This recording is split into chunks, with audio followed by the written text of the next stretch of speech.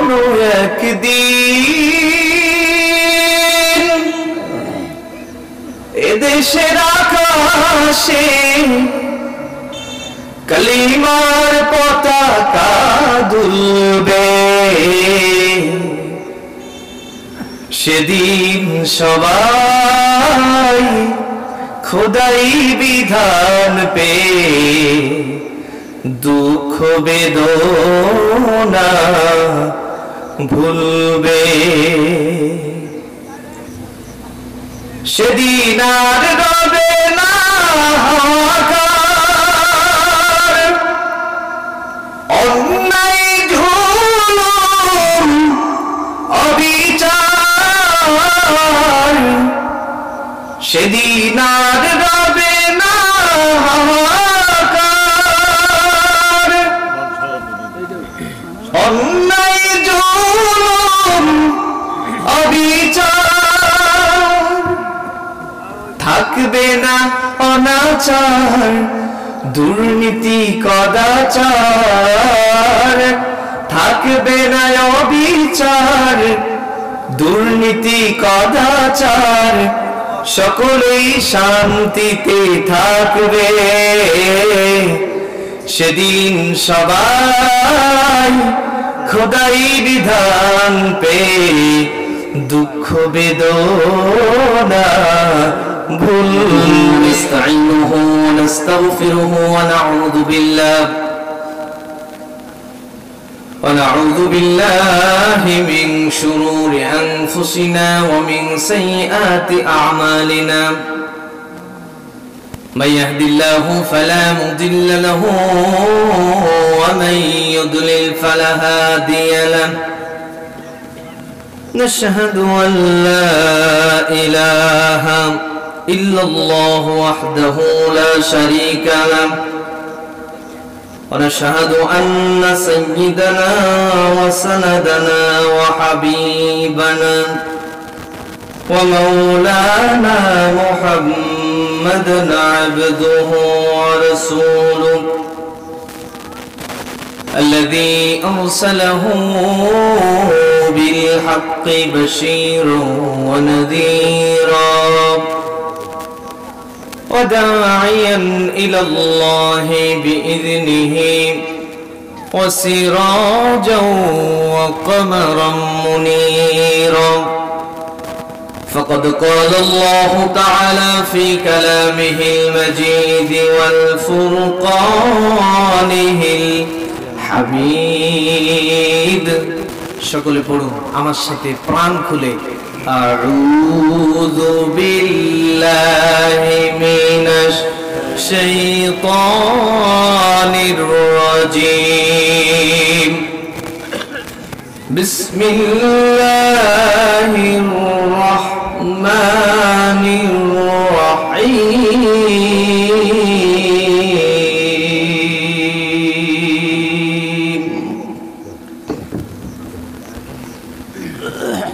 ولقد آتينا لقمان الحكمة أن اشكر لله،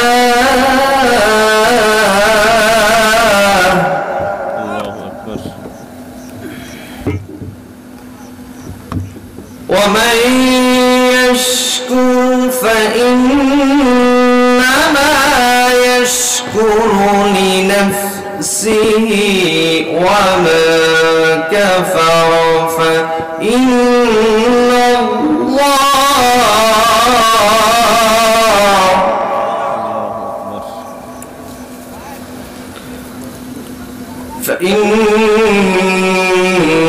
الله غني حميد.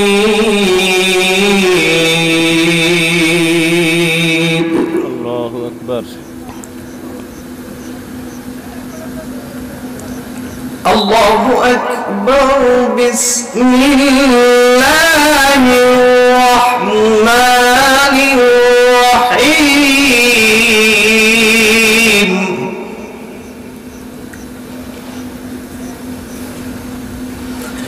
إن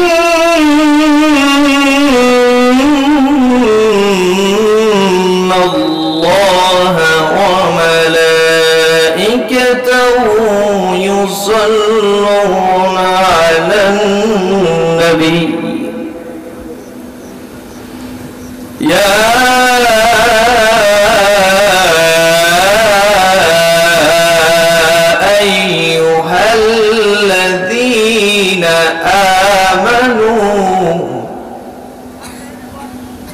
صلوا عليه وسلموا تسليما اللهم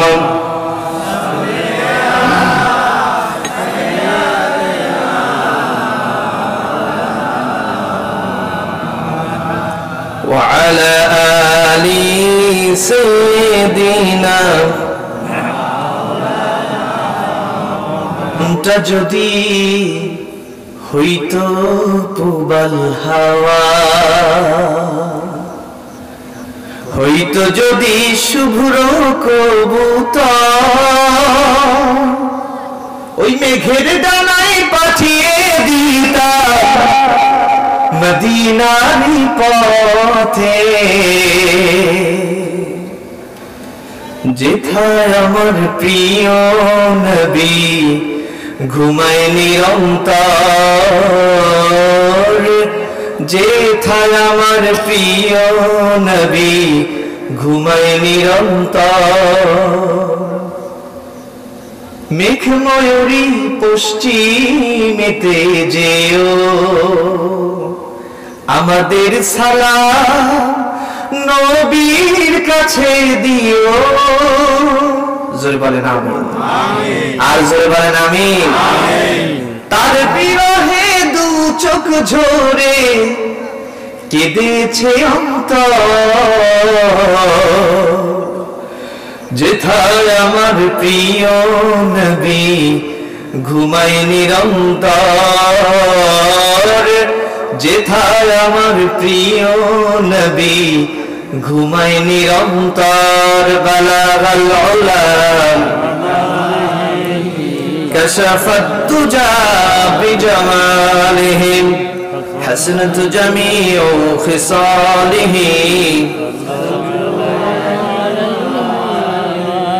আন্তরিক মুবারকবাদ আসসালামু আলাইকুম ওয়া রাহমাতুল্লাহ আমি পবিত্র কোরআন আল কারীমের 31 নম্বর সূরা সূরাটির নাম হচ্ছে লোকমান এটা হচ্ছে একজন মানুষের নাম আল্লাহ তাআলা মানুষের নামে সূরা দিলেন এটি একটি মক্কায় অবতীর্ণ সূরা মক্কি সূরা এটা কি সূরা যে সূরাগুলো মক্কায় অবতীর্ণ হয়েছে রাসূল সাল্লাল্লাহু আলাইহি সাল্লামের প্রতি সেইগুলোকে মাক্কি সূরা বলা হয় আর যেগুলো মদিনায় অবতীর্ণ হয়েছে সেগুলোকে মাদানী সূরা বলা হয় কিন্তু দেখুন মক্কি সূরার কিছু বৈশিষ্ট্য আছে তার ভিতরে আজকে আপনাদেরকে একটা তথ্য দিব যদিও আপনারা হয়তো জানেন মক্কি সূরা হচ্ছে ৮৬টি কয়টি ৮৬টি ৮৬টি মক্কি সূরার ভিতরে আল্লাহ রাব্বুল আলামিন এতগুলো আয়াত দিলেন কিন্তু একটা বারের জন্য ইয়া আইয়ুহাল্লাযীনা আমানু বলে ডাক দেন আল্লাহ কয়টা সূরা ৮৬টি বোঝার দরকার আছে তার মানে কি আল্লাহর নবী যখন মক্কায় অবতীর্ণ হলো কোরআন আল কারীম মক্কার মানুষের কাছে কোরআন পৌঁছাতে লাগলেন আল্লাহর নবীর সাথী হযরত আবু বকর ছিলেন না কথা বলেন ছিলেন কি ছিলেন না হযরত ওমর রাদিয়াল্লাহু তাআলা আনহু ছিলেন না উসমান রাদিয়াল্লাহু তাআলা আনহু ছিলেন না হযরত আলী ছিলেন না অন্যান্য সাহাবায়ে কিরাম ছিলেন না ছিলেন কিন্তু আল্লাহ মক্কি সূরার ভিতরে ইয়া আইয়ুহাল্লাযীনা আমানু বলে ডাক দিলেন না তার কারণ হচ্ছে যে সমাজে কোরআন থাকে কিন্তু আইন চলে না আল্লাহ কোরআন দিয়ে সেই সমাজে এটা কিন্তু যেহেতু আমাদের স্থানীয় সব দলের লোকই এখানে আছে আছেন না জি জি আমাদের একটা পরিচয়ও আছে আমাদের পরিচয় কিন্তু আওয়ামী লীগ না স্পষ্ট ভাষায় বুঝবেন। অনেকে আবার ভুল ব্যাখ্যা করবে কালকে সকালে। আমাদের পরিচয় বিএনপি না, জামাত ইসলাম না, শর্ষিনা না, ফুরফুরা না। আমাদের পরিচয় আল্লাহ দিয়েছেন ওয়াকালা ইন্নানি মিনাল মুসলিমিন। আমাদের একটা পরিচয়, আমাদের পরিচয় হচ্ছে আমরা সকলেই মুসলমান। ঠিক কি না? আগামীকাল আল্লাহ না করুন আমাদের ভিতর যে কোনো একজনকে আল্লাহ তাআলা হঠাৎ করে হযরত আজরাইলকে পাঠিয়ে দিলেন। চোখের পলকে তুমি হতে পারো লাশ, চিরতরে বন্ধ হবে তোমার বিশ্বাস, হবে আলাম তোমার নাম মসজিদের মাইকে, হবে আলাম তোমার নাম মসজিদের মাইকে।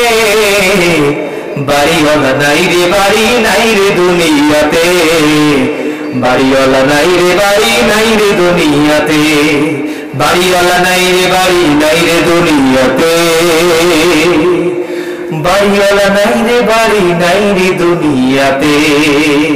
মনে রাখবেন, এই লাশ আপনি আমি যে কোনো মানুষ আগামীকাল হতে পারে, ঠিক না? আপনি এখন কিন্তু লাশ, মনে করেন আমি এখন কিন্তু লাশ। আগামীকাল সকালবেলা জানাজা, এর মানে হচ্ছে সকালবেলা 10টায় জানাজার ঘোষণা দিলেন আমাদের সম্মানিত প্রিন্সিপাল হুজুর। জানাজায় হাজির হলো, সর্বপ্রথম কাতারে দাঁড়াবে তারা আওয়ামী লীগ করে যারা। বুঝানোর জন্য বলতেছি, কষ্ট পাচ্ছেন না তো? এরকম করেন মনে হয় আপনাদের মত বাড়িয়ে। এরপরে বিএনপি আলাদা, কথা বুঝতেছেন তো? নাকি সবাই দল মত নির্বিশেষে যারা যে দলের নেতা আছেন সবগুলো এক জায়গায় সামনে দাঁড়ায়, ঠিক কিনা বলেন? দেখেন এই ভিতরে যা চলছে এগুলো সব মিছে মায়া। জানাজার প্যান্ডেলে যেটা হচ্ছে এটা সত্য, ঠিক কিনা? আমাদের পরিচয় ওয়াকালা ইন্নানি মিনাল মুসলিমিন, আমাদের পরিচয় মুসলমান, ওখানেই আমাদের পরিচয় হয়ে যায়। এরপরে আসুন আরেকটু সামনে যাই। জানাজা পড়ানো হলো, কবরস্থ করা হবে, সেই সময় একটা দোয়া লাগে। দোয়াটা আপনারা পারেন তো? বিসমিল্লাহি ওয়া আলা, সবাই বলেন বিসমিল্লাহি ওয়া আলা মিল্লাতি রাসূলিল্লাহ। সেখানে বলা হয় বিসমিল্লাহ আল্লাহর নামে, ওয়া আলা মিল্লাহ মানে হচ্ছে এই যে লাশ, এর একটা পরিচয় হচ্ছে এ হচ্ছে একটা দলের কর্মী, যেই দলের নেতা হচ্ছেন রাসূলুল্লাহ সাল্লাল্লাহু আলাইহি ওয়াসাল্লাম। এখন আমি আপনাদের বিবেকের পরে ছেড়ে দিলাম আমার এই আলোচনাটুকু। আপনি কালকে যদি লাশ হয়ে যান, আপনাকে যখন কবরের ভিতর রাখা হবে ওয়ালা মিল্লাতি রাসূলিল্লাহ, তোমাকে রাসূলের দলের কর্মী হিসেবে রেখে গেলাম, আপনি আমি এখনো কি রাসূলের কর্মী হতে পেরেছি? পারিনি। যারা পেরেছি বলি আলহামদুলিল্লাহ, যারা পারিনি আজকে কোরআন তাফসীরুল কোরআন মাহফিল সার্থক হবে। আপনি যদি আজকের থেকে প্রত্যয়িত সমাজ দিতে বলেন, যেখানে আল্লাহর নবীর কর্মী হয়ে যায় সেখানে থাকবো, তাই ছাড়া আমি আর জীবনকে, আমার নিজের জীবনকে আমি ভালোবাসি ধ্বংসের মুখে ঠেলে দেব, তাহলে এই তাফসীর মাহফিল আজকে সফল। আল্লাহ কবুল করুন, জোরে বলেন আমিন। কষ্ট হচ্ছে নাকি? আমি এত জোর গলায় কথা বলছি কেন জানেন? বড় বড় আলেম আমার পাশে বসে আছে, এই জন্য। কষ্ট হচ্ছে না তো আপনাদের? যে কথা বলতেছিলাম, আল্লাহ রাব্বুল আলামিন কোরআনুল কারীম 2 জায়গায় নাযিল করলেন, বেশি সংখ্যক সূরা নাযিল করলেন মক্কায়, কিন্তু আল্লাহ রাব্বুল আলামিন একটা বারের জন্য ইয়া আইয়ুহাল্লাযীনা আমানু বলে একটা ডাক দেন নাই। তার মানে হলো ওই সমাজে ঈমানদার ছিল, কিন্তু আল্লাহর নবী বিশ্বনবী সংসদের প্রধানমন্ত্রী ছিলেন না বলে ওই সংসার চলতো আবু জেহেলের তৈরি করা ভ্রান্ত মতবাদ দিয়ে। যেই সংসদে আল্লাহর কোরআন, রাষ্ট্রধর্ম ইসলাম এবং আল্লাহর কোরআন দিয়ে সংসদ সংবিধান চলে না, সেই সম্পদ, সেই সমাজ, সেই রাষ্ট্রে আল্লাহ রাব্বুল আলামিনের প্রিয় গোলামরা থাকবে, ইমানদার থাকবে, কিন্তু আল্লাহর খাতায় তারা ইমানদার বলে স্বীকৃতি পাবে না। খাজা ওয়াজ, এর ভিতর কোনো সন্দেহ আছে আপনাদের? দেখুন আল্লাহর নবী, বিশ্ব নবী কোরআনুল কারীমের দাওয়াত দেন, কাফের মুশরিকরা কোরআনকে বাধাগ্রস্ত করতে চায়। এই লোকমান, সূরা লোকমান নাজিল হলো এমন এক সময়ে, যে সময়ে আল্লাহর নবী, বিশ্ব নবী এই সূরার ভিতর থেকে আয়াতে কারিমা সূরার নাজিলের প্রেক্ষাপট খুঁজে পাওয়া যায়। ওয়া ইন জাহাদাকা আলা আন তুশরিকা বি মা লাইসা লাকা বিহি ইলম। তার মানে হচ্ছে, তারা যদি তোমাকে, তোমার পিতামাতা যদি, তোমার আত্মীয় স্বজন যদি, তোমার গ্রামবাসী যদি, তোমার রাষ্ট্র যদি আল্লাহ রাব্বুল আলামিন এর কোরআনের বিরুদ্ধে, আল্লাহর দ্বীনের বিরুদ্ধে তোমাকে পীড়াপিড়ি করে। এই পীড়াপিড়ি চলছিল মক্কা নগরীতে। আল্লাহর নবী, বিশ্ব নবী রাসূল করিম সাল্লাল্লাহু আলাইহি ওয়াসাল্লাম যখন কোরআনের দাওয়াত নিয়ে গেলেন ঘরে ঘরে, এমন কোন ওই নাই, এমন কোন গলি নাই, এমন কোন জনগোষ্ঠী নাই তাদের কাছে আল কোরআন পৌঁছায় নাই। জোরে বলেন আল্লাহু আকবার। গলিতে গেলে কোরআনের কথা, অলিতে গেলে কোরআনের কথা। কাফেররা ঘরে ঢুকেছে, বিবি বলছে লা ইলাহা ইল্লাল্লাহ, লা ইলাহা ইল্লাল্লাহ, লা ইলাহা ইল্লাল্লাহ। এই কালেমার দাওয়াত দিতে মার খেলেন নবী তায়েফেতে, দাঁত ভাঙিলেন, বন্দী হলেন, ঘর ছেড়ে গেলেন মদিনাতে। জোরে লা ইলাহা ইল্লাল্লাহ, লা ইলাহা ইল্লাল্লাহ, লা ইলাহা ইল্লাল্লাহ মুহাম্মাদুর রাসূলুল্লাহ সাল্লাল্লাহু আলাইহি ওয়াসাল্লাম। কি বুঝতে আপনাদের কি কষ্ট হচ্ছে? আমি ধারাবাহিকভাবে তাফসীর করব ইনশাআল্লাহ। আল্লাহর নবী, বিশ্ব নবী ঘরে ঘরে কোরআনের দাওয়াত পৌঁছেছেন। এমন একটি সিচুয়েশন হলো, কাফের মুশরিকরা সন্তানকে জিজ্ঞেস করে, বাবা এত সময় কোথায় ছিলে? সন্তান কত চমৎকার করে জবাব দেয়, বাবা, ও বাবা, আমি এমন একটি মানুষের কাছে ছিলাম, যেই মানুষটি 40 বছর একাধারে আল আমিন উপাধিতে ভূষিত ছিল। জোরে বলেন আল্লাহু আকবার। 40টা বছর যেই মানুষটা কোরআনের দাওয়াত দেয়, আজকে তারে পাগল বানানো হয়। ও বাবা, এটা আমি মানতে পারি না। তাকে আজকে চরিত্রহীন লম্পট বানানো হয়।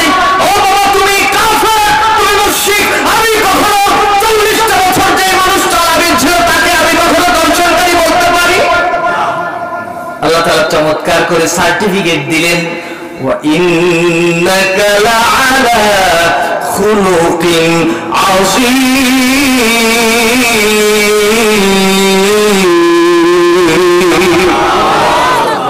এই হচ্ছে আল্লাহু আকবার। ভাই বলেন তো, মুসলমানদের হাতিয়ার ছিল নারায়ে তাকবীর, আল্লাহু আকবার, ঠিক কি না? আপনারা যে আল্লাহু আকবার দিবেন, এটা তো গৌর গোবিন্দ আবার নতুন করে আবার সমাজে এসে আপনাদেরকে তাড়িয়ে দিবে। বলেন আল্লাহু আকবার। আর জোরে বলেন আল্লাহু আকবার। উপস্থিতি এই কণ্ঠ দিয়েছেন কে? রাগ করতেছেন? এই কণ্ঠ দিয়েছেন কে? জীবনে কত স্লোগান দিলেন, অমুক ভাইয়ের চরিত্র ফুলের মতো পবিত্র। আরে দেখা গেল আমার ওই, আপনার ওই নেতা সমাজে ছিল, আপনাদের সামনে হাজী সাহেব রাত্রের বেলা ছিল টেন্ডার বাস। বিশ্বাস করুন, আল্লাহ কোরআন থেকে বলছি, ওয়া রাসূলিল্লাহি জামিআন ফাকালাত দুআফা লিল্লাযিনা ইসতাকবারু ইন্না কুননা লাকুম তাবা। এই আয়াতে আপনারাও সেদিন ধরা খাবেন। আল্লাহ বলছেন, সেদিন নেতা কর্মীর পরিচয় হয়ে যাবে যারা আল্লাহর জন্য স্লোগান দিতে পারেনি, বিশ্বনবীকে নেতা বলতে পারেনি, বিশ্বনবীর আদর্শের কর্মীদের উপর নির্যাতন করেছো, কিয়ামতের দিন তোমরাও ধরা খাবে। কারণ ইন্না কুন্না লাকুম তাবা, এমন মানুষকে অনুসরণ করেছো যে নিজের জাহান্নামী, তোমাদেরকেও জাহান্নামে নিয়ে গিয়েছে। জোরে বলেন ঠিক কিনা? সুতরাং আমরা সবাই, আমাদের প্রাণের দাবি, আমরা সবাই জান্নাতি মানুষ হতে চাই, ঠিক কিনা? আর বলে ঠিক কিনা? উপস্থিতি যে কথা বলতেছিলাম, সন্তান জবাব দিল, বাবা যেই মানুষটা 40টা বছর আল আমিন ছিল, সেই মানুষটাকে তোমরা চরিত্রহীন বলো, চরিত্রহীন দর্শনকারী বলো। শোনো, আমার আল্লাহ তাআলা বিশ্ব নবীর চারিত্রিক সার্টিফিকেট দিয়েছেন, ওয়া ইন্নাকা লাআলা খুলুকিন আযীম।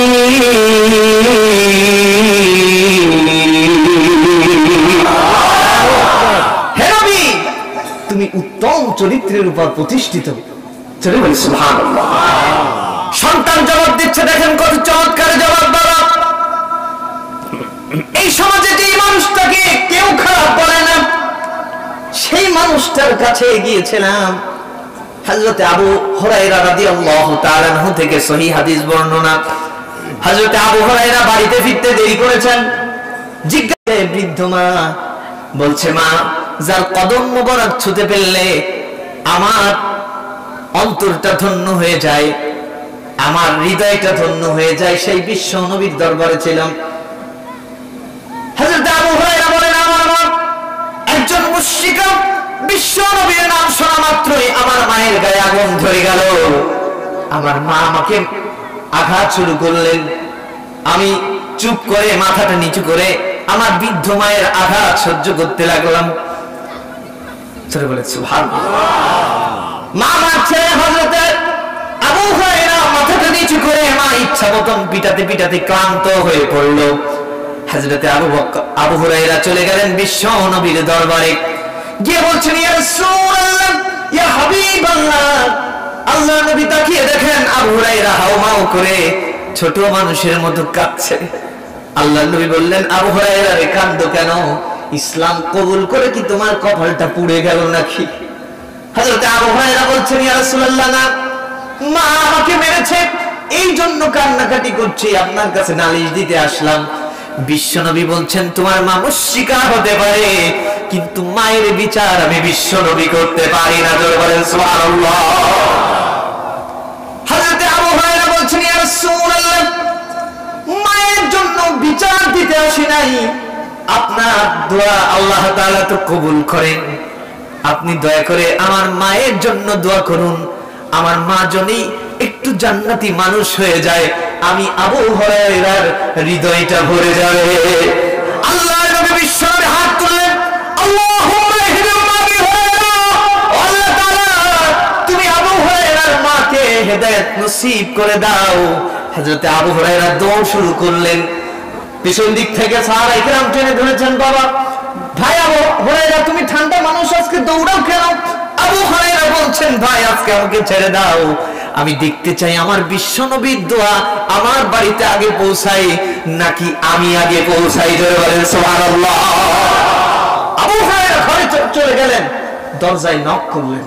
মা, আবু হুরায়রা রাদিয়াল্লাহু তাআলা বলেন, আমি আমার মায়ের কণ্ঠ থেকে শিরকিয়াতের গন্ধ পেলাম না, আমি আমার মায়ের কণ্ঠ থেকে তাওহীদ আর রিসালাতের গন্ধ পেলাম। জোরে বলেন আল্লাহু আকবার। আবু হুরায়রা, মা বাবা একটু অপেক্ষা করো, দরজা খুলছি। কিছুক্ষণ পরে মা অনুতপ্ত অবস্থায় দরজা খুলে দিল।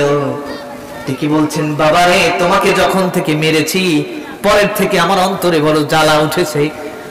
আমি অনেক চিন্তা ভাবনা করে দেখলাম আমার সন্তান তো কোনো খারাপ মানুষের কাছে যায় নাই।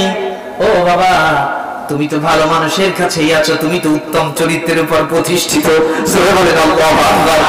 ভালো মানুষের কাছে গেলে উত্তম চরিত্রবান হওয়া যায়, আর টেন্ডারবাজের কাছে গেলে টেন্ডারবাজ ছাড়া, চাঁদাবাজ ছাড়া, ধর্ষণকারী ছাড়া আর কিছু হওয়া যায় না। জোরে বলেন ঠিক কিনা?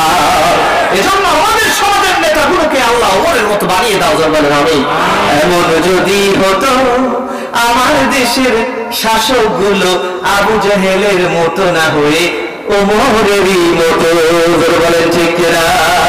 আল্লাহ আমার এখানে যারা দায়িত্বপ্রাপ্ত আছেন আমার ভাইয়েরা, আগামী দিনের যারা নেতৃত্ব দিচ্ছেন, আল্লাহ ওমরের চরিত্রে চরিত্রবান করুন। জোরে বলেন আমিন। আর জোরে বলেন আমিন। এই উপস্থিতি, এই জন্য দোয়া করি, শোনেন, এনারা যদি ইচ্ছা করতেন এই তাফসীর মাহফিল বন্ধ করে দিতে পারতেন না?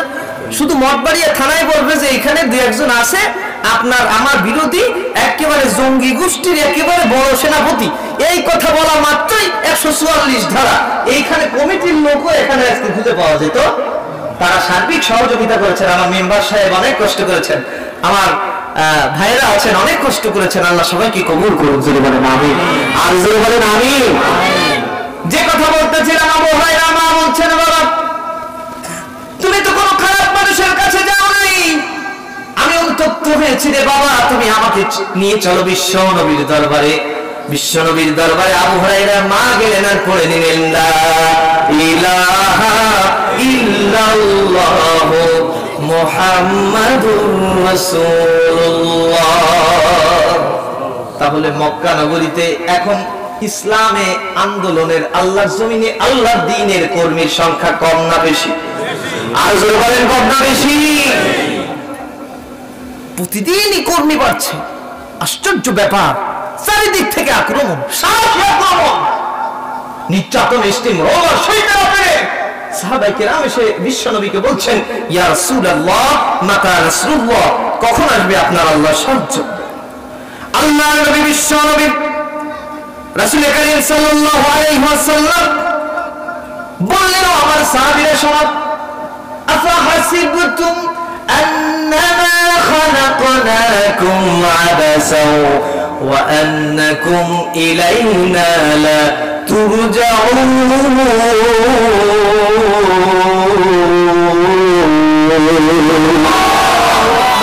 তোমরা মনে করেছো নাকি এমনি এমনি ছাড় পাবে, তোমাদের জীবনে পরীক্ষা হবে না, এমনটি মনে করো না। ওয়ালাকাদ ফাতান্নাল্লাযীনা মিন ক্বাবলিহিম, পরবর্তী আয়াতে তারা বলছেন ইতিপূর্বে ঈমান এনেছে যারা, নির্যাতনের স্টিম রোলার সয়েছে তারা। কত নির্যাতন সয়েছেন আমার বিশ্বনবী। আরে যেই চাঁদ মুখখানার দিকে তাকালে সাহাবায়ে কেরাম ক্ষুধার যন্ত্রণা ভুলে যেত। তাইফের ময়দানে চলে গেলেন বিশ্বনবী, কাফের মুশরিকরা দাওয়াত কবুল করলো না, উল্টো পথে আল্লাহর নবীকে এমন জোরে আঘাত করলো, পাথরের আঘাত করলো। আল্লাহর নবীর এই সুন্দর চেহারাটা ক্ষত থেকে রক্ত পড়তে পড়তে আল্লাহর নবী বেহুশ হয়ে পড়ে গেলেন তাইফের ময়দানে। আল্লাহর নবী বিশ্বনবীর সাথে ছিলেন পালক পুত্র যায়েদ, কত ভালোবাসতেন বিশ্বনবীকে। আর বিশ্বনবীও যায়েদকে কতটা ভালোবাসতেন বর্ণনা এসেছে। হযরতে যায়েদ আল্লাহর নবীর গোলাম হিসেবে ঘরে এসেছিলেন, কিন্তু বিশ্বনবী গোলামের মর্যাদা না দিয়ে তাকে সন্তান করে বুকে ধারণ করেছিলেন। জোরে বলেন আল্লাহু আকবার। আজকে আমাদের সমাজের নেতাগুলো, কর্মীরাই নেতাকে মেরে দেয়, হয় কি হয় না? বডিগার্ডে নেতারে মেরে দিছে, এরকম হয় কি হয় না? কারণ কি জানেন? কারণ হচ্ছে একটা, ওই নেতা ওর যে বডিগার্ড ওর জন্য জীবন দেওয়ার জন্য প্রস্তুত থাকে, এটাও ভাবে না, ওরে গোলাম মনে করে। মনে করেন এই মজলিসে আসলেন আপনি বিশাল নেতা, আপনি আপনার বডিগার্ডকে বললেন, আমার জুতো কি হলো? ওর একটা মান সম্মান আছে না? শালা ভাববে তুই এত মানুষের সামনে আমার অপমান করলি, তোর কোন জায়গায় দুর্বলতা আমি ছাড়া আর কেউ জানে না। সুযোগ আসলো, এরপরে যে আপনারা নতুন করে নেতা হতে যাচ্ছে, সে বললো যে ওকে মেরে দিতে হবে 50 লাখ। ও বললো যে 50 লাখ পেলে আমার জীবনই ধরবো, সারা জীবনে তো এর চারচাবি করে 50 লাখ পাবো। কিন্তু ওই গোলামটাকে, আপনার বডিগার্ডকে যদি সন্তান, আপনার নিজের সন্তানের থেকে ভালো ব্যবহার করতে পারতেন, ও জীবন দিয়ে হলে আপনাকে রক্ষা করতো। আজকেও কখনো চোখ উল্টিয়ে আপনার জীবনটা কেড়ে নিত না। কারণ হচ্ছে আপনি বিশ্বনবীর আদর্শ কর্মী হতে পারেননি, এটাই আপনার সব থেকে বড় অপরাধ। চলে বলেন ঠিক কিনা? রাসূলের কি আদর্শ শুনে নিন। এখানে অনেক নেতারা আছেন, নেতৃত্ব দেন সমাজে। আজকে আপনাদের গুণাবলীর কারণেই আপনারা এই টার্মে থাকেন, পরের টার্মে হারায় যান। আজকে যদি ইসলাম থেকে আপনি আমি সিদ্ধান্ত নিতে পারতাম, দল চলে যাবে কিন্তু আমার নেতৃত্ব চলে যাবে না। কষ্ট হচ্ছে নাকি আপনাদের?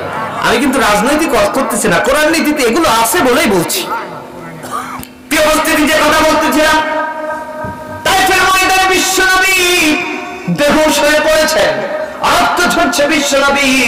হযরতে বিশ্বনবী পালক পুত্র যায়েদ দেখে কষ্টে বুকটা তার ফেটে যায়। আরে যেই নবী আমাকে কখনো একটা আসর দেয় নাই, সেই নবীর সুন্দর চেহারায় বড় বড় দাগ। ফুফায় কাঁদছেন, যায়েদ আর বলছেন, ইয়া রাসূলুল্লাহ, এই জাতির কপাল পড়েছে বলে তারা তাদের নবীকে মেরেছে, নবীর ওয়ারিসদেরকে মেরেছে। ইয়া রাসূলুল্লাহ, এই জাতির কাছে কোরআনের দাওয়াত দেওয়ার দরকার নাই, চলুন। আপনাকে চিনল না, আপনার গায়ে বড় বড় দাগ, আমি যায়েদ দেখে তো সহ্য করতে পারছি না। ইয়া রাসূলুল্লাহ, জৈতুনের তেল হাতে নিয়ে মালিশ করেছেন যায়েদ। বিশ্বনবীর হুঁশ এলো, বলছেন, যায়েদ রে, আমার মনে হয় কোরআনের দাওয়াত ঠিক মতো দিতেই পারিনি, এই জন্য মনে হয় আমার জাতি, আমার বাল্যকালের বন্ধুরা আমার কথা গ্রহণ করে নাই। কি আকাশচুম্বী মনোভাব, যে আমার মনে হয় দুর্বলতা। যারা বলে সুবহানাল্লাহ। আল্লাহর নবী বিশ্বনবী নিজের অপারগতা প্রকাশ করলেন। খুরমা বাগানের ভিতরে আল্লাহর নবী নামাজে দাঁড়িয়ে গেলেন। যখনই মনে কষ্ট পান তখনই আল্লাহর নবী নামাজে দাঁড়াতেন। আপনি আমি একটু নামাজে দাঁড়াবো, আল্লাহর সাথে সম্পর্ক করব। আল্লাহর সাথে একবার সম্পর্ক করে দেখুন, আপনি দুনিয়ার বুকে চাইতে দেরি হবে, আমার আল্লাহর দিতে দেরি হবে। আমরা তো নামাজেই নাই। হুজুর ফজরের নামাজে কয়জন? 3 জন। তাহলে বোঝা যায় এই এলাকায় ইমানদারের সংখ্যা কত। আজকের থেকে আমরা নামাজ ছাড়বো না, ওয়াদা করতে পারবো তো? কারা কারা রাজি আছে? 2 হাত উঁচু করে আল্লাহকে দেখাই। আল্লাহ সবাইকে কবুল করে নাও, আল্লাহ তোমার গোলাম করে নাও, 5 ওয়াক্ত নামাজ পড়ার তৌফিক দান করে দাও। বলেন আমিন। শপথের অনেক গুরুত্ব আছে, সবাই কিন্তু শপথ করে এটা টিকিয়ে রাখতে পারে না। আল্লাহ সবাইকে তৌফিক দান করুন। জোরে বলেন আমিন। উপস্থিতি, আপনারা যদি জান্নাতি হন আমার কি কোনো ক্ষতি আছে? লাভ আছে। জান্নাতে যদি একবার দেখা হয়ে যায়, মালিক তুমি জান্নাতে, তোমার পাশে আমায় একটি ঘর বানিয়ে দিও, একটি ঘর বানিয়ে দিও। জোরে বলেন আমিন।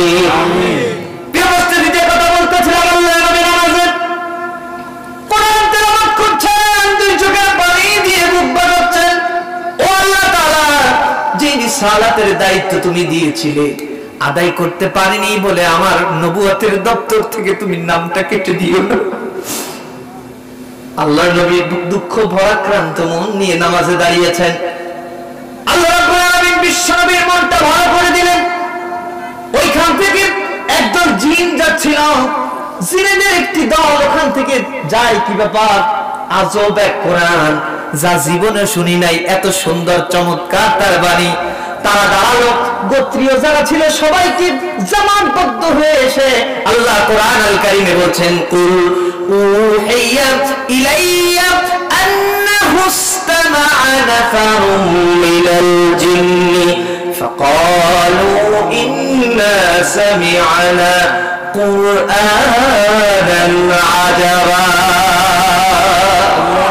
আল্লাহ বলছেন, জিনেরা বলল, আমরা এক আজীব কোরআন শুনেছি, এই কোরআন ইয়াহদি ইলা রুশদি ফাআমান্না বি।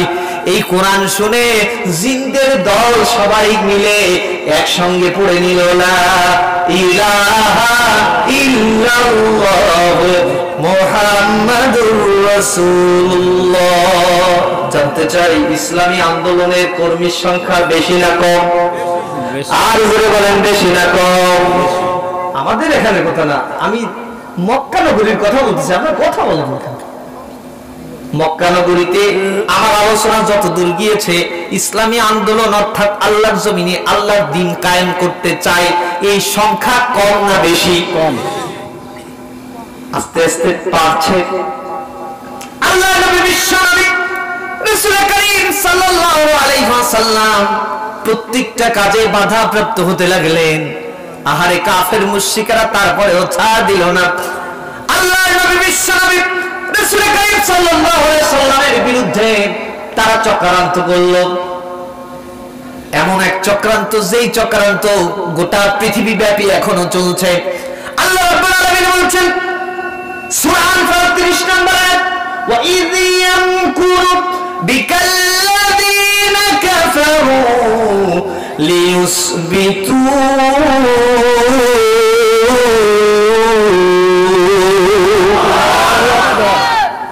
আল্লাহ তাআলা বলছেন, ও নবী, তোমার বিরুদ্ধে তারা চক্রান্ত করলো, লিয়ুসবিতু, তোমাকে তারা অ্যারেস্ট করতে চাই। We should arrest the Muhammad in this time.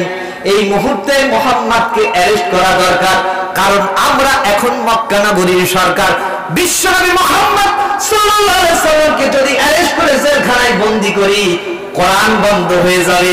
আমি আপনাদের কাছে জানতে চাই, জেলখানায় বন্ধ করলে, বন্দী করলে কোরআনের দাওয়াত কমে না বাড়ে? আর জোরে বলেন, বাড়ে না কমে? আমার দেশের ভণ্ডরা মুফতি আমির হামজারে এই দেশে সবাই ভালোবাসে, ঠিক কিনা? আওয়ামী লীগ, বিএনপি, জামাত সবাই ভালোবাসে, সব দলের লোকই ভালোবাসে, কারণ ও গবেষণার ক্ষেত্রে অত্যন্ত প্রখরতা। কিছু কিছু ভুল থাকতে পারে, সবাই তো ভুল আছে, ঠিক কিনা? কিন্তু জনপ্রিয়তার দিক দিয়ে কিন্তু দেখেন এক শ্রেণীর ভণ্ডরা আছে, ভণ্ডরা তার নামে মিথ্যা মামলা দিল। এ কারা দেয়? ভণ্ডরাই দেয়। কিন্তু পরিণতি আমরা সবসময় দেখি যারাই দেয় তারাই নিজেরাই বলে যে এখন আমরা বাঁচবো কিভাবে। জোরে বলে ঠিক কিনা? আর জোরে বলে ঠিক কিনা? কারণ বিচারক কে? বিচারপতি তোমার কাছে বিচার না পেলে কোথায় বিচার পাবো বলো? কার কাছে গেলে? কার কাছে গেলে? কোরআন ছাড়া বিচারের পথ সবটাই এখন বন্দী। তাই তো এখন বাতিল গুলো করে শুধু সন্ধি। কত খুনিরা এখন ছাড়া পেয়ে যায়, কত দোষীরা দেখো ছাড়া পেয়ে যায়। আলেম ওলামা জেলে কোথায় বিচার পাবো খোদা? কার কাছে গেলে? কার কাছে গেলে? জোরে বলেন ঠিক কিনা? পৃথিবীর বুকে তাকিয়ে দেখুন, প্রত্যেকটা দেশে আলেমরাই জেলে। আমার দেশ না শুধু, ভারতে যান, ভারতে আলেমরা জেলে। পাকিস্তানে যান, পাকিস্তানে আলেমরা জেলে। সৌদি আরব যান, সৌদি আরব ইমাম পর্যন্ত জেলে। জোরে বলে ঠিক কিনা?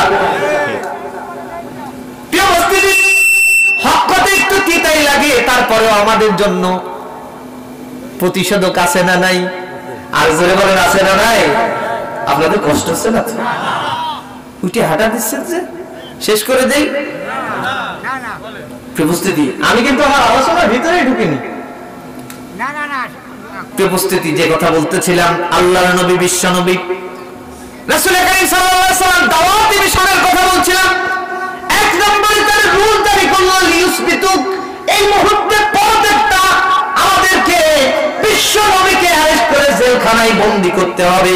জেলখানার ভিতরে বিশ্ব নবী বন্দী হবে যখন, কোরআনের দাওয়াত বন্ধ হবে তখন, এই মক্কা নগরীতে কর্মীও বাড়বে না, নেতাও বাড়বে না, আমরা আমাদের রাজ ইচ্ছা মতন চালাতে পারবো। আমি জানতে চাই এটা ওদের ওই ধারণা ভুল ছিল না সঠিক ছিল? আর যারা বলেন ভুল না সঠিক? কারণ যুগ জামানা পাল্টে দিতে চাই না অনেকজন, এক ওমর হয়ে আনতে পারে জাতির জাগরণ। যারা বলেন ঠিক কিনা? আল্লাহ নবী, বিশ্ব নবী রাসূল কারীম। ভাই কুক মারে কেন এখানে? বাইরে কই? এই মাইক্রোম্যান কই? আপনাদের কষ্ট হচ্ছে না? মনে করেন ব্যাড সাউন্ড। আমার যদি একজনও কথা বলে, আমি কথা বলতে পারি না, হুজুররাও পারেন না। যখন ক্লাস করান হুজুররা, কি একটা ছাত্র যদি কথা বলে মাথায় গরম হয়ে যায়, আগে ওরে বের করে দেয়, না হয় ওরে চুপ করে তারপরে। এটাই হচ্ছে কোরআনের আদব, ঠিক কি না? প্রিয় উপস্থিতি, যে কথা বলতেছিলাম, আল্লাহ নবী বিশ্ব নবীর বিরুদ্ধে রূল জারি হলো, লিউসবিতু। এই মুহূর্তে মুহাম্মদ সাল্লাল্লাহু আলাইহি ওয়াসাল্লামকে বন্দী করতে হবে। দারুণ তরবারিতে ট্রাইব্যুনালের কথা হয়ে গেল। যেই ট্রাইব্যুনালে আর কারো কথা শোনা হবে না। আবু জাহেল নিজেই বক্তব্য দিল, ও আমার মক্কাবাসী, যৌন শক্তি হারিয়ে ফেলেছো নাকি? জ্বালাইবার ক্ষমতা ভুলে গেছো নাকি? আজকে মুহাম্মদ সাল্লাল্লাহু আলাইহি সাল্লামের মতো একজন সাধারণ মানুষ, যে তার মায়ের পেটে থাকতে পিতাকে হারালো, 6 বছরে মাকে হারিয়ে বিশ্ব এতিম হয়ে গেল, দাদার কাছে মানুষ হলো, 8 বছরে দাদাও শেষ, এরপরে আস্তে আস্তে চাচাদের কাছে ছাগল পর্যন্ত চড়ালো, একজন ছাগলের রাখাল হয়ে আজকে ডাক দেয়, কর্মীর অভাব হয় না।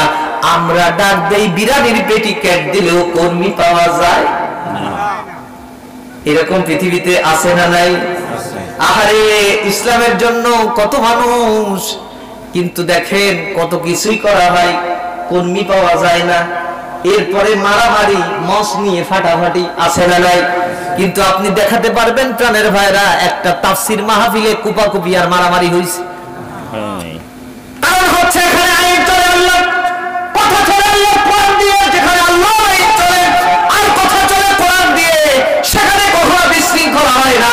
আর যেখানে আল্লাহর আইন চলে না, মানুষের মতবাদ চলে, সেখানেই মারামারি হবে, কারণ ওখানে রহমত উঠিয়ে নেন যিনি, তিনি কে? যে কথা বলতেছিলাম, আল্লাহর নবী, বিশ্ব নবী রাসূল কারীম সাল্লাল্লাহু আলাইহি ওয়াসাল্লামের বিরুদ্ধে কাফের মুশরিকরা বসে দারুণ নজর অবৈধ ট্রাইব্যুনাল গঠন করে রুল দিল যে লিসবিতুকা, মুহাম্মদ সাল্লাল্লাহু আলাইহি সাল্লাম এবং তার সাথীদেরকে অ্যারেস্ট করতে হবে, জেলখানায় যত বড় বড় খাবার দিবা দাও, না দিবা না দাও, ওটা কেউ দেখবে না।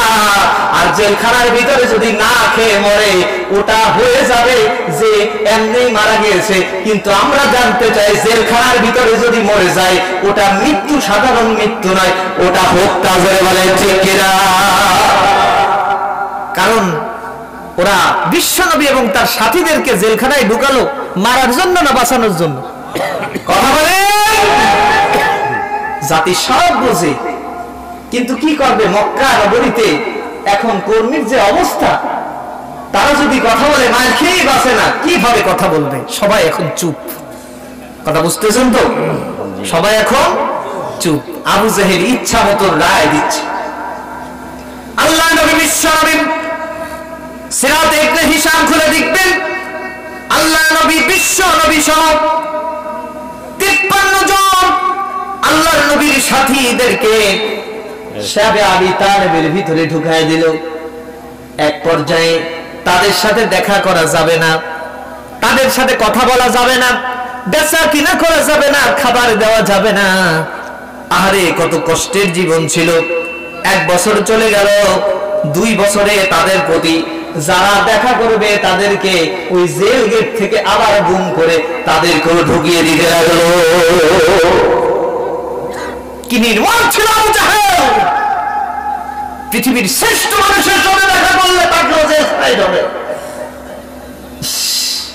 আবু জাহেল এখনো আছে না নাই? আছে। কই আছে? মারা গেছে। আবু জাহেলের বাড়ি এখন পায়খানা নাই। আপনারা ভুল কথা বলেন না, আমি যা বলছি শোনেন। যে কথা বলতেছিলাম, 7 জন নারী ছিল 53 জনের ভিতরে। আল্লাহ নবী, বিশ্ব নবীর সাথে যারা দেখা করতে চায় তাদেরকে নির্যাতন করে, তাদেরকেও ঢুকায় দেয়, যাদের সাপোর্ট করে তাদেরকেও ঢুকায় দেয়। এই মক্কা নগরীতে আইন চলবে আমি আবু জাহেলের, তাই ছাড়া কোনো আইন চলবে না, এটাই বোঝাতে চাই। আমি জানতে চাই আইন প্রণয়ন করার মালিক যিনি, তিনি কে? আর জোরে বলেন কে? বিশ্বাস আছে তো? আবু জাহেলের 3 জন ছিল উপদেষ্টা, 11 জন মন্ত্রী ছিল। 3 জনের ভিতরে প্রধান ছিলেন Hisham ibn Omar. Hisham ibn 3 জন উপদেষ্টা ছিল। উপদেষ্টার ভিতরে অন্যতম ছিলেন হিশাম ইবনে ওমর। এই ব্যাক সাউন্ডটা কেটে দাও। ভাইরা আসেনি? কোথায় গেছে তা? এই বাবু কি হয়েছে? হিশাম ইবনে ওমর, এই 3 জনের প্রধান হিশাম ইবনে ওমর। তিনি কিন্তু বিবেকবান মানুষ ছিলেন, বিবেক তার জাগ্রত হয়ে গিয়েছে। আরে মুহাম্মদ সাল্লাল্লাহু আলাইহি সাল্লাম কোন সাধারণ মানুষ না, অসাধারণ মানুষ। কিন্তু আমাদের প্রধানমন্ত্রী আবু জেহেল করতেছে ডাকি উপদেষ্টা হিশাম ইবনে উমর তিনি কি করেন? তিনি 80 বছর 82 বছরের একজন বৃদ্ধা, রাতের বেলা ঘুম হয় না, বিবেক তার জাগ্রত হয়েছে, হারে আমি এই মক্কা নগরীতে এত বিচার আচার করি কিন্তু এত অবিচার তো দেখা যায় না, কারণ আজকে মুহাম্মদ সাল্লাল্লাহু আলাইহি সাল্লামের মতো শ্রেষ্ঠ মানুষকে এবং তার সাথীদেরকে মক্কা নগরীর সাথে আবু তালেবের ভিতরে আবু জেহেল মেরে ফেলতে চায়। আমি একজন বিবেকবান কাফের হয়ে কিভাবে সহ্য করি? একজন কাফের হলেও বিবেকবান কাফের ছিল। আরে তিনি 82 বছর বয়স, আবু জেহেলের টার্গেট শুধু মুহাম্মদ সাল্লাল্লাহু আলাইহি সাল্লাম। সে যখন বুঝতে পারলো তার রাতের বেলা ঘুম হচ্ছে না, ঘুম কিভাবে হবে? কারণ হচ্ছে তারা তো মুহাম্মদ সাল্লাল্লাহু আলাইহি সাল্লামকে হত্যা করতে চায়। হিশাম ইবনে উমর চলে গেলেন আবু জেহেলের বাড়িতে। আবু জেহেল, তুমি এই যেটা করছো এটা বড় অন্যায়। মুহাম্মদ সাল্লাল্লাহু আলাইহি সাল্লাম এই সমাজের সবথেকে ভালো মানুষ, কিন্তু তুমি তাকে এই যে শাবে আবি তালেবের ভিতরে ঢুকাইছো, এটা বড় অন্যায়। তাকে যে খাবার দিচ্ছ না, তাকে যে বঞ্চিত করছো, সব থেকে এটা অন্যায়। আমি কিন্তু এটা সহ্য করতে পারি না। আবু জেহেল বলল, বুড়ো মানুষ, 2 দিন পরে মরে যাবা, এখন ভালো হয়ে যাও, তা না হলে তোমারও কিন্তু ঢুকাই দিব। দেশ ধ্বংসের মুখে এই আলেমগুলো যখন দেখে দেশ ধ্বংসের মুখে, সেই সময় কিন্তু চুপ থাকতে পারে? আর যেতে পারে? আপনি বলবেন হুজুর আপনি চুপ করেন, আপনি সকালবেলা দেখবেন যে আপনার ছোট্ট যে ছেলেটা শরীফার গল্প শুনে সকালে বলতেছে, আব্বা আমার তো ছেলে থাকতে ভালো লাগে না, আমার এই মেয়ের পোশাক কিনে দাও। কারণ এই গল্পটার মূল সারমর্ম কিন্তু এইটা, আপনারা পড়েছেন তো? আমি পড়ে শুনে বলছি। একটা বাচ্চা বলছে যে আমি নিজের ছেলে কিন্তু নিজেকে মেয়ে মনে করতাম, আমার মেয়েদের পোশাক ভালো লাগতো। আমি বলতে চাই এইটা আর হিজরা যেটা, এটা কি কখনো এক? কখনো এক না। আপনি বিশ্বাস করুন, এটা পশ্চিমাদের সাংস্কৃতিক কৌশলে আমার দেশে ঢুকিয়ে দিয়ে আমার দেশকে আজকে জাহান্নামের নরকক্ষেত্রে পরিণত করছে। অচিরে এই সকল পাঠ্যপুস্তক থেকে আল্লাহর কোরআন বিরোধী, দিন বিরোধী, ইমান বিরোধী এই সকল কারিকুলাম শেষ করে না দিলে তাওহীদের আস্তে আস্তে এমন দুর্বল আন্দোলন করবে, সেই দিন কোরআনের পাঠ্যপুস্তক আসবে, সেই দিন বাতিলরা কখনো টিকে থাকতে পারবে? আরেকজন হচ্ছে জুহাইর, তার ঘুম হচ্ছে না, ডেকে বলছে, বাবা জুহাইর রে, তুই তো আবু জেহেলের বডিগার্ড, আজকে আবু জেহেল তো আমার হৃদয়ের স্পন্দন মুহাম্মদ সাল্লাল্লাহু আলাইহি সাল্লামকে মেরে ফেলতে চাই। যখন হালিমার গৃহে, হালিমা তোর খালা, হালিমার গৃহে যখন বিশ্ব নবী, সেই সময় হালিমার অসুখ হলে তুই আমার কোলে ছিলি জুহাইর রে, এক পাশের দুধ তোকে খাইয়েছিলাম, আর এক পাশের স্তন থেকে আমি মুহাম্মদকে খাইয়েছিলাম। ওরে বাবা জুহাইর, আমার বিশ্বনবী মুহাম্মাদের গায়ের সেই ছোট্টবেলার ঘ্রাণ এখনো আমার বুকে পাই। বাবা জুহাইর রে, শুনতে পেলাম মুহাম্মদ সাল্লাল্লাহু আলাইহি সাল্লামকে নাকি আবু জেহেল হত্যা করতে চায়। ও বাবা জুহাইর, আমি তোকে ওসিয়াত করে যাই, শোন, যেহেতু তুই আবু জেহেলের দল করো, আবু জেহেলের সাথে দল করে বেড়াও। ও বাবা জুহাইর, শুনে রাখো, আবু জেহেলের দলের কর্মী তুই, আমি আবু জেহেল মুহাম্মদ সাল্লাল্লাহু আলাইহি সাল্লামকে হত্যা করতে চাই। সুতরাং আমি যখন মারা যাব রে বাবা, খবরদার তুই আমার মুখ দেখবি না। আমার যখন মৃত্যুর যন্ত্রণা শুরু হয়ে যাবে রে বাবা, খবরদার আমাকে তুই আমার মৃত্যুর সময় মা বলে ডাকবি না, কারণ তুইও সাথে থেকে মুহাম্মদ সাল্লাল্লাহু আলাইহি সাল্লামকে হত্যা করার ষড়যন্ত্রের সাথে। মা বলছে, বাবা জুহাইর রে, তুই আমাকে মা বলে ডাকবি না, আমার যখন মৃত্যু হয়ে যাবে আমার মুখ তুই দেখবি না। আমি তোর মতো সন্তান পেটে রেখে বড় ভুল করেছি। যেই সন্তান আবু জাহেলের দল করে আর আবু জাহেলের বডিগার্ড হওয়া সত্ত্বেও আমার প্রাণের স্পন্দন মুহাম্মদকে বের করতে পারে না। জোরে বলেন আল্লাহু আকবার। ওমর ইবনে হিশামের তো ঘুম এমনি হয় না। ওমর ইবনে হিশাম এসে দরজায় নক করলো। জুহাইর দরজা খুলে দিয়েছে। ওমর ইবনে হিশাম বলছে, বাবা জুহাইর তুমি কি ঘুমাও নাই? বলছে, চাচা ঘুমাবো কিভাবে বলেন, কিভাবে ঘুমাবো? মা আমাকে এই ওসিয়াত করেছে, এই গভীর রজনীতে চোখ বুঝি কিন্তু ঘুম আসে না, কি করা যায়? জুহাইর যখন ঘুমাতে পারে না, জুহাইর সময় এবার তারা দুইজনে বলল, চলো আমরা মুতিমের কাছে যাই। মুতিমের কাছে গেল, গিয়ে বলছে, মুতিম রে বাড়িতে আসো নাকি? মুতিম একই অবস্থা। কি হলো, তুমি এত রাত্রে ঘুমাও না কেন? বলছে যে শোনো, আমার সন্তানটা যখন ভূমিষ্ঠ হয়েছিল সেই সময় আমার বাড়িতে মুহাম্মদ সাল্লাল্লাহু আলাইহি সাল্লাম এসেছিলেন। জোরে বলেন আল্লাহু আকবার। কাফেরের বাড়িতে মুহাম্মদ সাল্লাল্লাহু আলাইহি সাল্লাম, কত চমৎকার কথা। গিয়ে আমার এই সন্তানটাকে কোলে নিলেন বিশ্ব নবী, গাল মুখ মোবারক থেকে লালা বের করে আমার সন্তানের মুখে দিয়ে দিলেন। আমার সন্তানটা খুব অল্প বয়সে কথা বলতে শিখেছে, কিন্তু আমার সন্তান বিশ্ব নবীর পাগল, শুধু মুহাম্মদ সাল্লাল্লাহু আলাইহি সাল্লামের সাথে দেখা করতে চাই।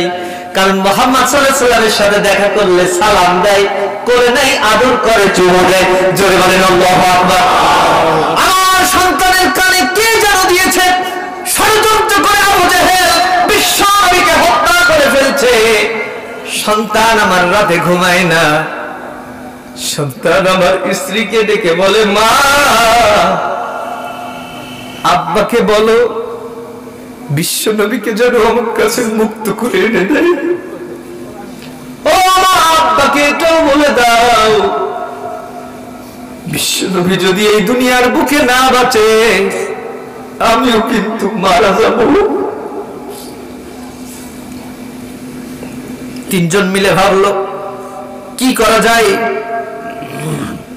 সন্তান এমন আর্তনাদ করছে, ঘুম হচ্ছে না। ঘুম হারিয়ে দিচ্ছেন যিনি, তিনি কে? আর জোরে বলেন কে? তিনজন মিলে ভাবছে কি করা যায়। সবাই মিলে বুখতার ইবনে হিশামের কাছে গেল।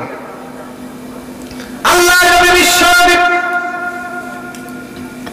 রাসূল করিম সাল্লাল্লাহু আলাইহি ওয়াসাল্লাম বুখতার ইবনে হিশামের কাছে ওই তিনজনে যখন গেল, গিয়ে বলছে মুহাম্মদ সাল্লাল্লাহু আলাইহি ওয়াসাল্লাম কে ওরা হত্যা করতে চায়।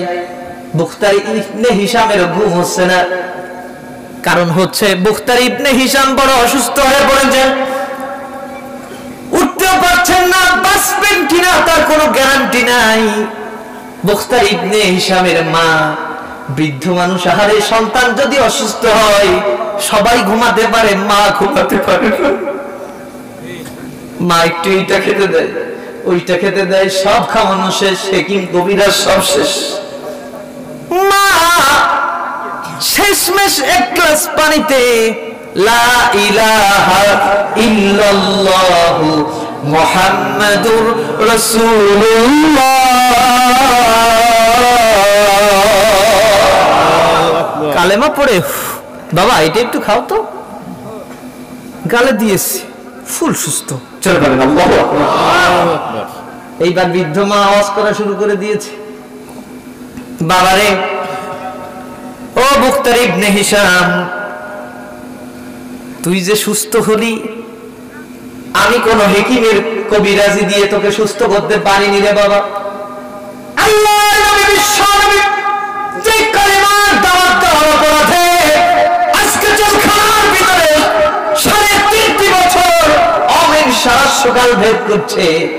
আহারে সেই নবীর কালেমা পড়ে একটা ফু দিলে বাবা তুই খাওয়াই দিলে সুস্থ হয়ে গেলি রে বাবা, এই মুহাম্মাদের নাম নিলে মুহাম্মাদের কালেমা এত জোর, এই মুহাম্মাদের কালেমার জোরেই তুই বেঁচে গেলি রে বাবা, জীবন বাঁচতে মুহাম্মাদের কোনোদিন ক্ষতি করবি না। বলে বলেন আল্লাহু আকবার। বুখতারি ইবনে হিশাম ভাবছে আসলে তো তাই। বুখতারি ইবনে হিশামের ঘরে ছিল আবু জাহেলের বোন। আবু জাহেলের বোনকে বলছে শোনো, স্ত্রী হতে পারো জীবনের খেলা, যা কালেমা পড়ে বাঁচলাম তুমি তো আর বাঁচাতে পারোনি, যার কালেমা যে আল্লাহর নামে বাঁচলাম সে আল্লাহর কসম দিয়ে বলছি তোর ভাই যদি বিশ্বনবীকে না ছাড়ে তোর তালাক দিয়ে দেবো। জোরে বলেন আল্লাহু আকবার।